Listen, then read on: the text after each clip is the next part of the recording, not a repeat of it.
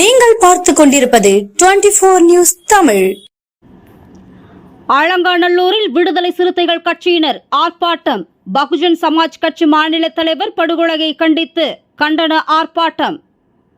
பகுஜன் சமாஜ் கட்சி தமிழ்நாடு மாநில தலைவர் ஆம்ஸ்ட்ராங் படுகொலை செய்யப்பட்டதை கண்டித்து மதுரை மாவட்டம் அலங்காநல்லூர் கேட்டுக்கடையில் விடுதலை சிறுத்தைகள் கட்சியினர் கண்டன ஆர்ப்பாட்டத்தில் ஈடுபட்டனர்.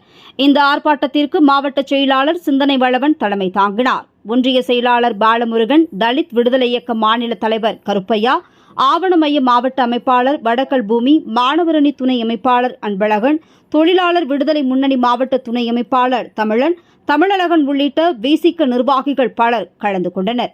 இந்த ஆர்ப்பாட்டத்தில் மாநில தலைவர்கள் அனைவருக்கும் துப்பாக்கி ஏந்திய போலீஸ் பாதுகாப்பு வழங்க வேண்டும், அரசியல் தலைவர்கள் பாதுகாப்பை உறுதி செய்யப்பட வேண்டும் எனவும் கண்டன கோஷங்களை எழுப்பி ஆர்ப்பாட்டத்தில் ஈடுபட்டனர்.